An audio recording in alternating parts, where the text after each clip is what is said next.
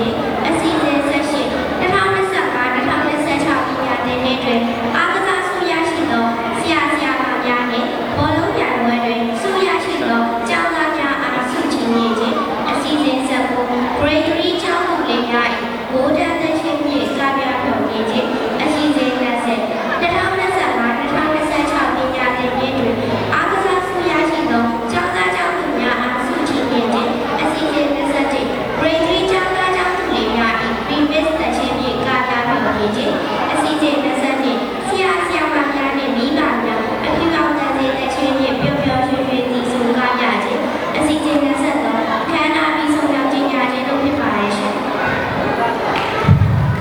Good morning, ladies and gentlemen, teachers, parents, and students. Today we are celebrating awarding ceremony and school planner festival by Kinyano Private Primary School. Before the ceremony, let me announce the items of the ceremony.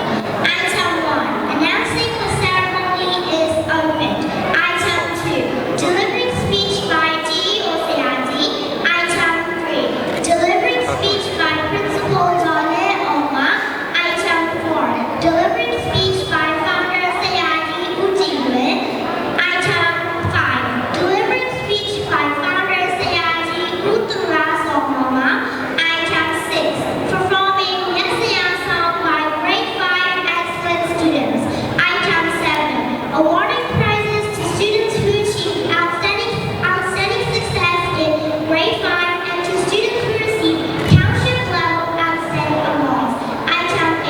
Performing Nana Music song by the students from Grade 4. Item 9. Awarding the students of Grade 1 and Grade 2 outstanding academic achievement award in 2024-2025 academic year. Item 10. Performing Clear Within song by Mac Ireland from Grade 4. Item 11. Awarding the students of Grade 3 and Grade 4 outstanding academic achievement award in 2024-2025 academic year. Item 11. Performing Loga Ahmed song by Kinyano teachers. Item 13. Awarding a handwriting competition award to who achieved outstanding success in 2024-2025 academic year. Item 14. Awarding the students and teachers of award for roller skill tennis in 2024-2025 academic year. Item 15. Performing a lap running song by the students from Grade 3. Item 16. Awarding essay writing competitions or painting competitions or tutor students who achieve outstanding success in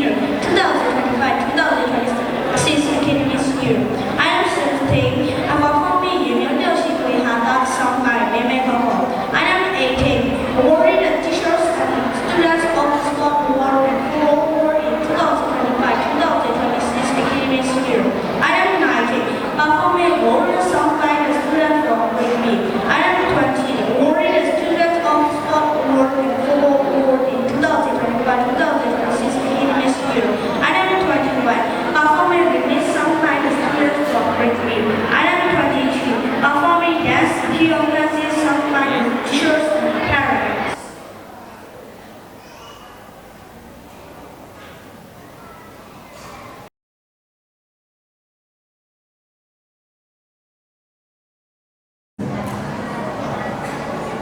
Cecilia, Hannah Village, Tia Abayna. Item 1. Announcing the ceremony is open. Cecilia,မြို့နယ်ပညာရေးမှူးဆရာကြီးမှအဖွင့်အမှာစကားပြောကြားပေးပါရင်လေးစားစွာဖိတ်ခေါ်ပါခင်ဗျာ Item 2. I would like to respectfully invite T.E.O. Sayati to deliver the opening remarks.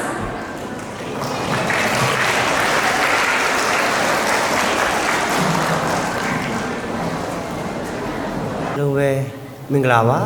ယနေ့ကျင်းပပြုလုပ်တဲ့ပညာတကုံကိုပိုင်မူလတန်းကျောင်းရဲ့စုပေဝဲခမ်းနားကိုကြောက်ရောက်ချီးပြကြပါသောဂုဏ်သိရှိလူကြီးမင်းများဆရာဆရာမများကျောင်းသားကျောင်းသူများဆုရကျောင်းသားကျောင်းသူများ၏မိဘများကာယဒုက္ခ ကာယဒုက္ခနဲ့စိတ်ဓာတ်ဒုက္ခနှစ်ဖြာသောဒုက္ခပေါင်းနဲ့ပြည့်စုံပါစေကြောင်းဥစွာနှုတ်ခွန်းဆက်တာဂရဝပြုအပ်ပါတယ်ယနေ့ခန္ဓာလာတဲ့အခမ်းအနားလေးမှာလည်းသားတွေတငယ်မင်းငယ်တို့ရဲ့တင်ဆက်မှုကလည်းစက်သိန်းတော်ထားပါတယ်တကယ်တည်းကျင့်နှံ့မိပါတယ်တကယ်တည်းအားရမိပါတယ်เนาะဒါကလည်းလက်ဦးဆရာမြထိုက်စွာပုပ္ပါစရိယမိနစ်ဖာဆိုတဲ့အတိုင်းမိဘတွေရဲ့တင်တင်မှုလမ်းညွှန်မှုဆရာဆရာမတွေရဲ့ခိုင်းလုံမှုအောက်မှာကလေးတွေရဲ့တိုးတက်မှုတွေမိဘများမျက်ဝါးထင်ထင်တွေ့မြင်ရမှာဖြစ်ပါတယ်ကျွန်တော်တို့မြို့နယ်မှာကိုယ်ပိုင်မူလတန်းကျောင်းမှာဒီပညာတက္ကသိုလ်မူလတန်းကျောင်းကလည်းစီကံရှိသောတိုးတက်သောအောင်မြင်သောကျောင်းတစ်ကျောင်းဖြစ်ပါတယ်เนาะဒီကနေအောင်မြင်မှုတွေစိတ်ကဲနဲ့ဒီနှစ်ဆိုရင်နော်မူလတန်းကျောင်းကနေကိုယ်ပိုင်ထက်တန်းကျောင်းစိတ်ကိုတိုးချက်ဖွင့်လှစ်ပြီးဒီနေရာပြောင်းနေတဲ့သွားမှာဖြစ်ပါတယ်ဒါကလည်းပညာတက္ကသိုလ်ကိုယ်ပိုင်ကျောင်းရဲ့အောင်မြင်မှုတစ်ခုလို့ပဲကျွန်တော်မြင်ပါတယ်နော်အကျန်းထဲကိုတွားကြည့်လိုက်တဲ့အခါကျတော့ကျင့်နှံ့မှုတွေတဲ့အများကြီးရရှိခဲ့တယ်ဒါကလည်းမိမိမြို့နယ်ရဲ့တိုးတက်မှုမိမိမြို့နယ်မှာလှုပ်ရှားမှုတရားနေနေတဲ့နော်တာဝန်ရှိသူတယောက်နေနဲ့တကယ်ကိုကျင့်နှံ့ပြီးပါတယ်စူးစမ်းပြီးဝိုင်းဝန်းကူဆောင်ရွက်ပေးကြတဲ့နော်မိဘပြည်သူတွေဆရာဆရာမတွေဝါသနာရှင်တွေအားလုံးကိုလည်းအထူးပင်မေတ္တာရှိပါတယ်ကျွန်တော်တို့ပညာရေးကစီးပွားရေးတော့မဟုတ်ပါဘူး။ဘာကြောင့်လဲဆိုစေတနာပါမှပဲအောင်မြင်မှုဆိုတာရှိပါစီးပွားရေးကတော့တလန်းပေါ့စီးပွားရေးကတတိယနေရာအောက်မှာရှိပါတယ်။နော်ပညာရေးမှာစေတနာမပါဘဲနဲ့ဝါသနာမပါဘဲနဲ့လုံးလို့လည်းမရပါဘူး။ဒါကြောင့်မို့စေတနာကိုအရင်ခံဝါသနာထားပြီးတော့လှုပ်ဆောင်တဲ့ကြောင့်ပညာတက္ကသိုလ်ဆိုတာလေတကုံမြို့သစ်စိတ်ကမ်းမြို့နယ်မှာနာမည်ရရှိတဲ့ကျောင်းတစ်ကျောင်းလေးတိုးတက်ဖွံ့ဖြိုးလာသောကျောင်းလေးတစ်ကျောင်းပဲဖြစ်ပါတယ်ဒါတွေကိုလည်းမိဘများနားလည်စေချင်ပါတယ်အခုစုပွေးပွဲမှာလည်းဘာကြောင့်ပြုလုပ်ပေးရတယ်ဆိုတဲ့ကြောင့်ကလေးတွေရဲ့စူးစမ်းမှုတွေတိုးတက်လာစေဖို့အတွက်တူအတူရည်ဆိုဖို့အတွက်မိမိကိုမိမိယုံကြည်ချက်ရှိဖို့အတွက်ရည်ရွယ်ပြီးတော့ဆရာဆရာမတွေဒီခန္ဓာတွေကိုပြုလုပ်ပေးခြင်းဖြစ်ပါတယ်နောက်ပြီးကျွန်တော်တို့ပညာရေးရဲ့ဆောင်ဖို့ကစိတ်ဓာတ်စည်းကမ်းပညာဖြစ်ပါတယ်ကလေးတွေမှာအဓိကအရေးကြီးဆုံးဒီစိတ်ဓာတ်ပါနော်စိတ်ဓာတ်ကောင်းမှသူတို့ဘဝတွေကလှပမှာဖြစ်ပါတယ်နော်ဖြစ်အောင်လုပ်မယ်ဆိုတဲ့စိတ်ဓာတ်နော်အကောင်းဆုံးလုပ်မယ်ဆိုတဲ့စိတ်ဓာတ်ငါရအောင်လုပ်မယ်ဆိုတဲ့စိတ်ဓာတ်ရအောင်ယူမယ်ဆိုတဲ့စိတ်ဓာတ်ဒီအရေးကြီးပါတယ်ဒါကလည်းခဏကျွန်တော်ပြောခဲ့သလိုပဲပုပ္ပါစရိယမင်းနဲ့ဖာပါတယ်နော်လက်ဦးဆရာဖြစ်တဲ့ပုပ္ပါစရိယမင်းနဲ့ဖာပြီးတဲ့ဆရာဆရာမတွေရဲ့တွင်တင်လမ်းညွှန်မှုကလည်းအရန်အရေးကြီးပါတယ်ဒီနေရာမှာစိတ်ဓာတ်ဒီအရန်ကိုကျွန်တော်တို့အတွက်အရေးကြီးပါတယ်ကလေးတွေအတွက်လည်းအရေးကြီးပါတယ်မိဘများကိုယ်ပိုင်ကြောင်းမှာထားတယ်ဆိုပေမဲ့ဒါလေးတွေကိုနားလေသဘောပေါက်ဖို့လိုပါတယ်ကိုယ်ပိုင်ကြောင်းကလေကိုယ်ပိုင်ကြောင်းစီကံအတိုင်းသွားပါတယ်ကိုယ်ပိုင်ကြောင်းဆိုပေမဲ့ကျွန်တော်တို့ရဲ့အခြေခံသင်ရိုးတိုင်းပဲသွားတယ်အခြေခံသင်ရိုးရဲ့ညွှန်ကြားချက်စီကံချက်နေတဲ့အတူတည်းလိုက်နာဆောင်ရွက်နေပါတယ်ဒါကိုလည်းမိဘများနားလေသဘောပေါက်ပြီးတော့ဒီစီကံတွေကိုလိုက်နာဆောင်ရွက်ဖို့ပဲလိုပါတယ်ကိုယ်ပိုင်ကြောင်းမှာတက်ပြီးတော့ငါတဘောကောလို့တော့မရပါဘူးနော်ခဏကျွန်တော်ပြောသလိုအိမ်မှာဆိုရင်အိမ်စီကံလမ်းစီကံကျောင်းစီကံဆိုတဲ့ကြောင့်ကိုယ်ပိုင်ကျောင်းမှာလည်းကိုယ်ပိုင်ကျောင်းစီကံများစွာရှိတဲ့အတွက်ကြောင့်စီကံမလိုက်နိုင်ခဲ့ရင်တော့စီကံရအရေးယူခြင်းတော့မိဘများခံရပါလိမ့်မယ်အခုဆိုရင်မြင်သာထင်သာအောင်ဒီကျောင်းရဲ့စီကံနော်ကျောင်းတိုင်းရဲ့စီကံကိုမြင်သာတဲ့နေရာမှာတွေ့နိုင်မဲ့နေရာမှာကတ်ထားကြတာကိုလေမိဘများပြုစေချင်ပါတယ်မြင်စေချင်ပါတယ်ဒါကိုလည်းနော်ဥပိ္ပခာမပြုစေချင်ပါဘူးဘာကြောင့်လဲဆိုတဲ့ကြောင့်ဒီเจ้าကိုသွားရင်ဒီเจ้าစည်းကမ်းကိုလိုက်နိုင်ရမယ်ဆိုတဲ့အတိအသီးမိဘများမှာရှိဖို့လိုတယ်မိဘများရှိမှမိမိရဲ့သားသမီးတွေကိုသွန်သင်ဆုံးမလို့ရအောင်မိမိသားသမီးတွေကိုလိုချင်တဲ့ပုံစံကိုသွင်းလို့ရမှာမို့လို့နော်သူ့ရဲ့စည်းကမ်းကိုတော့လိုက်နာဆောင်ရွက်ပေးချင်ပါတယ်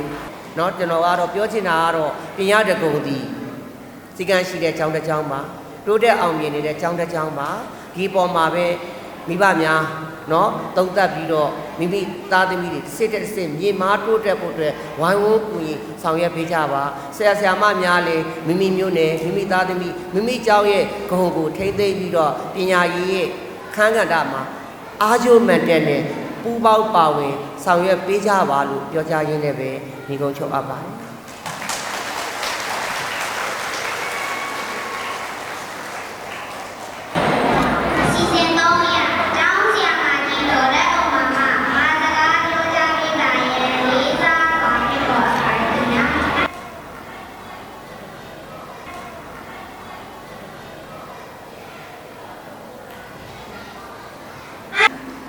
မင်္ဂလာပါရှင်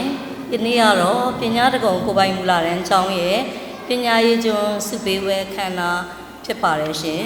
ခန္ဓာသို့ကြောက်ရောက်လာကြပါသောဂုဏ်တည်းရှိလူကြီးများဂုဏ်တည်းရှိ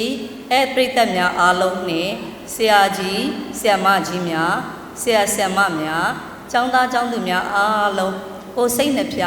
ကျမ်းမာချမ်းသာပါစေကြောင်းဦးစွာနှုတ်ခွန်းဆက်ပါတယ်ရှင်ပညာတကုံကိုပိုင်မူလာတန်းကျောင်းမှာယခုပညာရေးကျွန်းစုပေးပွဲအခမ်းအနားသို့တက်ရောက်လာကြပါသောမိဘများအနေဖြင့်မိမိရဲ့သားငယ်သမီးငယ်လေးတွေပညာရေးကျွန်းစုကိုတက်ရောက်ယူတဲ့အခါမှာကျမတို့နဲ့ထပ်တူပီတိတွေဖြစ်ကြလိမ့်မယ်လို့မျှော်လင့်ပါတယ်ရှင်ကျမတို့ယခုနှစ်ပညာသင်နှစ်မှာချင်းမြင့်တဲ့စုများကတော့2024-2025 Grade 5မှာမြို့နယ်အဆင့် A အဆင့်ဖြင့်အောင်မြင်သောကျောင်းသားကျောင်းသူများ2025-2026 ပညာသင်နှစ်မှာမြို့နယ်အဆင့်ကျောင်းအဆင့်စာစီစာသုံးပချီနောက်တစ်ခါအားကစားစသဖြင့်စုများအသီးသီးထူးချွန်စွာရရှိတဲ့ကျောင်းသားကျောင်းသူများကိုစုချင်းမြင်ခြင်းဖြစ်ပါတယ်ကျမတို့ရဲ့ပညာတကုံကိုပိုင်မူလာတန်းကျောင်းမှာအထူးစုများအနေနဲ့ကျောင်းတက်ရမှန်စုကိုလည်းချီးမြှင့်ပါတယ်ရှင်။ကျောင်းတက်ရမှန်စုကိုချီးမြှင့်ခြင်းကတော့သားမိမိလေးတွေကျောင်းကိုမမှန်တဲ့ပြီးတော့ကျောင်းရဲ့စီကံများကိုလိုက်နာပြီးတော့တွကြုံထက်မြက်တဲ့သားမိမိလေးတွေဖြစ်အောင်လည်းရည်ရွယ်ပါတယ်။နောက်စုတစ်ခုကတော့လက်ရေးလာစုဖြစ်ပါတယ်ရှင်။လက်ရေးလာစုကိုချီးမြှင့်ခြင်းရည်ရွယ်ချက်ကလည်း KG တွေကစတက်တဲ့သားမိမိလေးတွေဟာ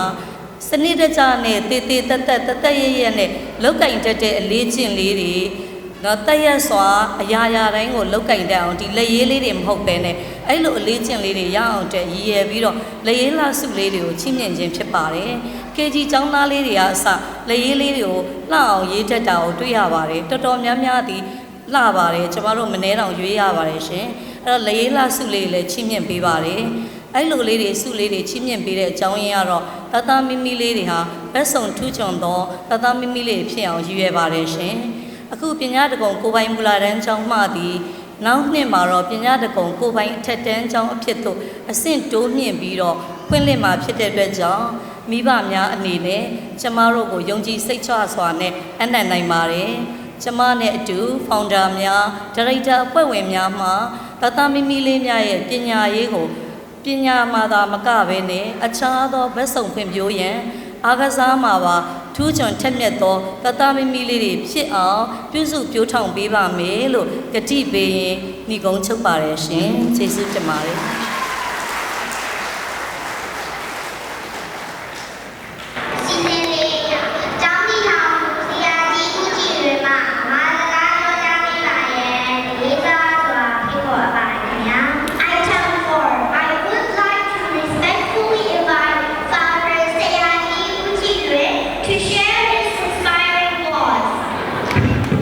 မင်္ဂလာပါကြွားရောက်လာကြသောဘုံတရားရှိပုဂ္ဂိုလ်များနှင့်တကွဆရာဆရာမများမိဘများခင်ဗျာအားလုံးမင်္ဂလာပါပြီးတော့ချစ်ရပါတော့သားမိမိများလည်းမင်္ဂလာပါ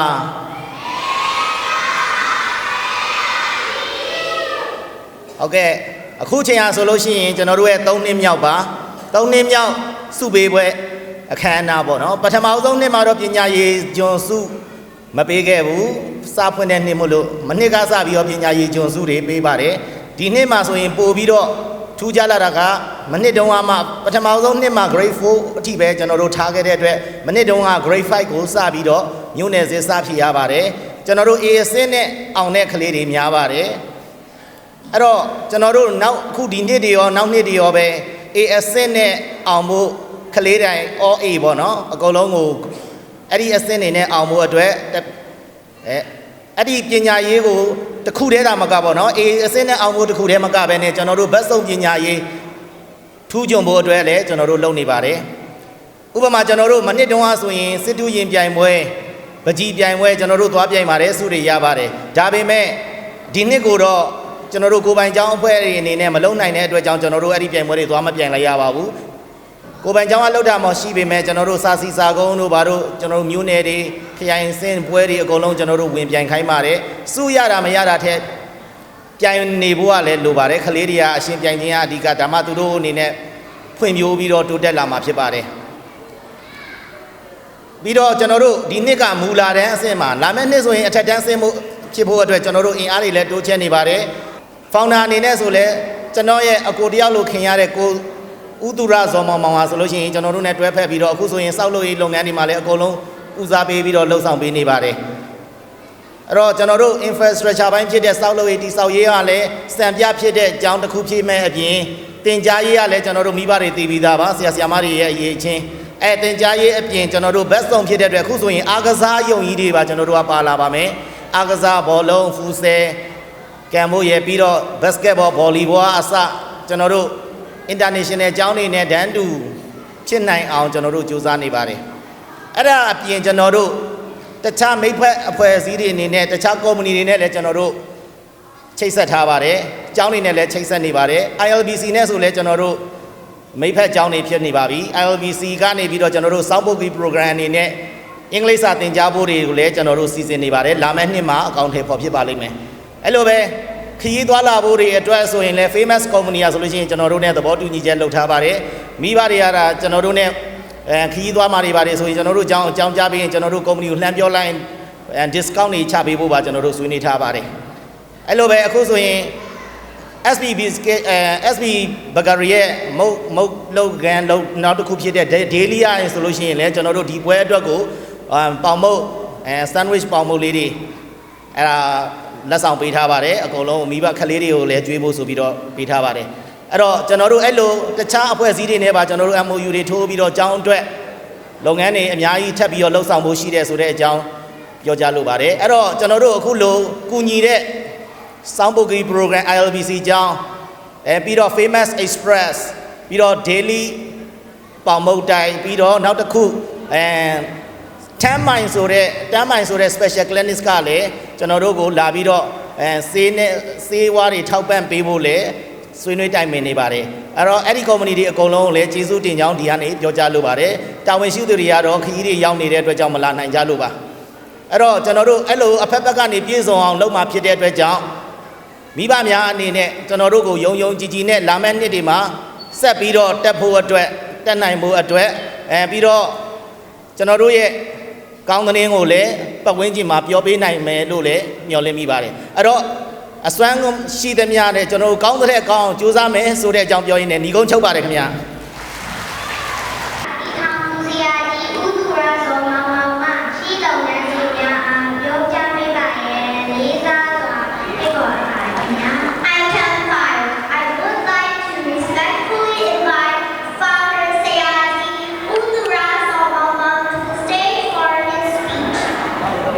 ယနေ့ကြွရောက်လာတော့ဂုဏ်သိရှိလူကြီးမင်းများ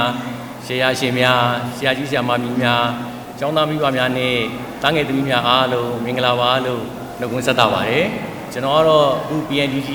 ကျောင်းတည်တည်ရဲ့ဖောင်နာတူလည်းဖြစ်ပါတယ်ဒီနေ့ကသားမိမိတို့ရဲ့တစ်နှစ်ပတ်လုံးစူးစမ်းခဲ့တဲ့အရာတွေကိုစုချင်းမိဝေပဲဖြစ်တဲ့အတွက်အခုလိုတက်ရောက်ခွင့်ရတာကိုလည်းသက်ဆိုင်ရာဆရာဆရာမတွေကိုကျေးဇူးအများကြီးတင်ပါတယ်ဒီနေ့စုရတဲ့ကျောင်းသူကျောင်းသားတွေကလည်းနောက်နှစ်ဒီမှာဒီထက်ကောင်းမွန်တဲ့စုတွေရအောင်ကြိုးစားမှာဖြစ်တယ်လို့စုမရသေးတဲ့စုနဲ့လွဲချော်ခဲ့တဲ့ကျောင်းသူကျောင်းသားတွေကလည်းလာမယ့်နှစ်မှာအကောင်းဆုံးစုတွေရအောင်ကြိုးစားကြလိမ့်မယ်လို့ဆရာမျှော်လင့်ပါတယ်အခုထူးခြားတာတစ်ခုကတော့လာမယ့်အခု2026-29ပညာသင်နှစ်မှာစုရတဲ့ကျောင်းသားတွေကတော့တကယ်ကိုမှပြည့်စုံတဲ့ဆရာတို့ရဲ့ကျောင်းတည်ကြီးဖြစ်တဲ့PNDG ကျောင်းမှာခန်းခန်းနာနာကြီးစုပေးပွဲတွေကျင်းပပေးမှာဖြစ်ပါတယ်လို့ပြောကြားလိုပါတယ်ကျွန်တော်ကတော့အခု PNDG ကျောင်းတည်ကြီးရဲ့စောင့်နေတဲ့အကြောင်းလေးကိုကျောင်းသားမိဘတွေရောသားတို့သမီးငယ်တို့ရောသိရှိအောင်အနည်းငယ်ရှင်းပြလိုပါတယ်ကျွန်တော်တို့ PNDG ကျောင်းတည်ကြီးဟာအခုဒီကျွန်းရွှေဝါလန်းနဲ့စက်တလန်းပြည်ထောင်မှာပေ200ပေ300လောက်တေးကားခွဲလောက်ရှိတဲ့ ADI ပေါ်မှာကျောင်းတည်ဆောက်ထားတာဖြစ်ပါတယ်အဲကျောင်းမှာငလင်းတန်းခံနိုင်အောင် site test တွေလည်းကျွန်တော်တို့စစ်ဆေးထားပါတယ်။နောက်တကယ်ကိုမှကျွမ်းကျင်တဲ့ပညာရှင်တွေနဲ့လည်းအများဆုံးပြီးအောင်တည်ဆောက်ထားတာဖြစ်ပါတယ်။ကျွန်တော်တို့အကြောင်းကြီးဟာပညာရေးဝန်ကြီးဌာနနေပြီးတော့သတ်မှတ်ထားတဲ့စီမင်းစည်းကမ်းတွေနဲ့မူလာတန်းအတွက်ဆိုရင်22ပေ 16ပေရှိတဲ့အခန်းပေါင်း20အလဲတန်းနဲ့အထက်တန်းအတွက်ဆိုရင်26ပေ22ပေလောက်ရှိတဲ့အခန်းပေါင်း20စုစုပေါင်းအခန်း40လောက်တည်ဆောက်ထားပါတယ်နောက် landscaping area တွေလည်းအများကြီးရှိပါတယ်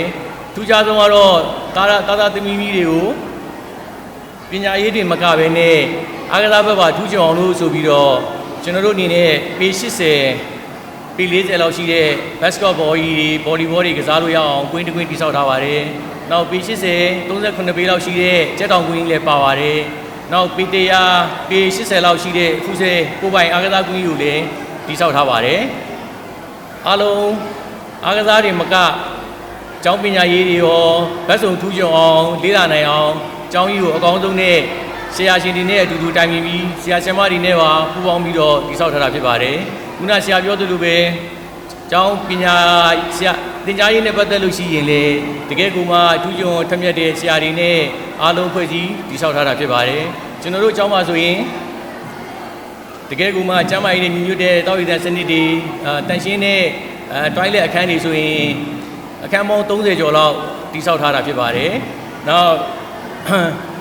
ကလေးတွေကျောင်းစာသင်ရတာတွေမဟုတ်ဘဲနဲ့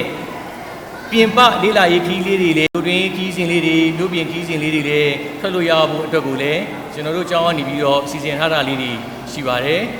နောက်ကျွန်တော်တို့အခုတည်ဆောက်ထားတဲ့80ရာခိုင်နှုန်းကျော်လောက်ပြီးထားတဲ့ဒီ PNDG ကျောင်းသစ်ကြီးကိုကျောင်းသားမိဘတွေရောသားမိမိတွေရောလေ့လာလို့ရအောင်အခုဒီစနေတနင်္ဂနွေဖြစ်တဲ့9ရက်နေ့နဲ့10ရက်နေ့မှာမနေ့9နာရီကနေပြီးတော့ညနေ3နာရီလောက်ထိကိုလာရောက်ပြီးတော့လေ့လာလို့ရအောင်ကျွန်တော်အနေနဲ့စီစဉ်ထားတာရှိပါတယ်အကယ်၍များအဲ့ဒီထိမစောင့်နိုင်ဘဲနဲ့အခုဒီအခမ်းအနားလေးပြီးတာနဲ့သားမိမိတွေကဆရာနဲ့အတူတူကျောင်းကြီးကိုလိုက်ပြီးတော့လေ့လာခြင်းနဲ့ဆိုရင်လည်းအတူတကွသွားလို့ရအောင်စီစဉ်ထားပေးထားပါတယ်တာမိမိတို့ကိုအခု2026-29ပညာသင်နှစ်မှာတကယ်ကိုမှပြည့်စုံတဲ့စာသင်ကျောင်းကြီးဖြစ်အောင်ကြိုးစားတည်ဆောက်နေပါတယ်လို့ပြောကြားရင်းနဲ့ညီကုန်းချုပ်ပါတယ်အားလုံးကျေးဇူးတင်ပါတယ်